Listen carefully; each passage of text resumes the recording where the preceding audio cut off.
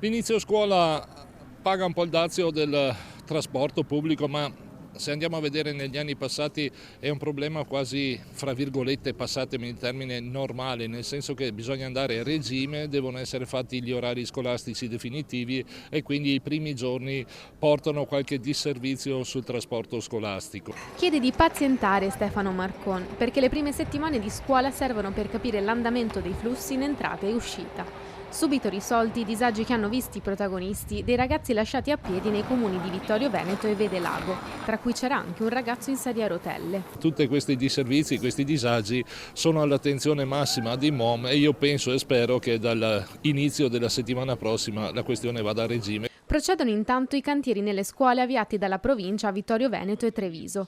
Tra le opere di riqualificazione anche l'Istituto Agrario Cerletti di Piavondi Oderzo.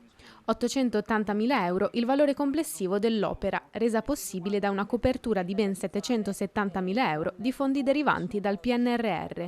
Un progetto di efficientamento energetico con la sostituzione degli infissi e un adeguamento degli scarichi fognari. Erano lavori che appunto attendavamo e la provincia ha naturalmente risposto subito ai bisogni di questa scuola. È una sede distaccata del campus Cerletti che però è davvero un'eccellenza. L'inaugurazione della nuova veste della scuola è stata occasione che ha permesso ai ragazzi e alle ragazze dell'istituto di mostrare alle autorità presenti i risultati dei loro studi sul campo. Bellissima e necessaria l'opera edile di ristrutturazione, ma bellissimo anche conoscere quello che questa scuola fa.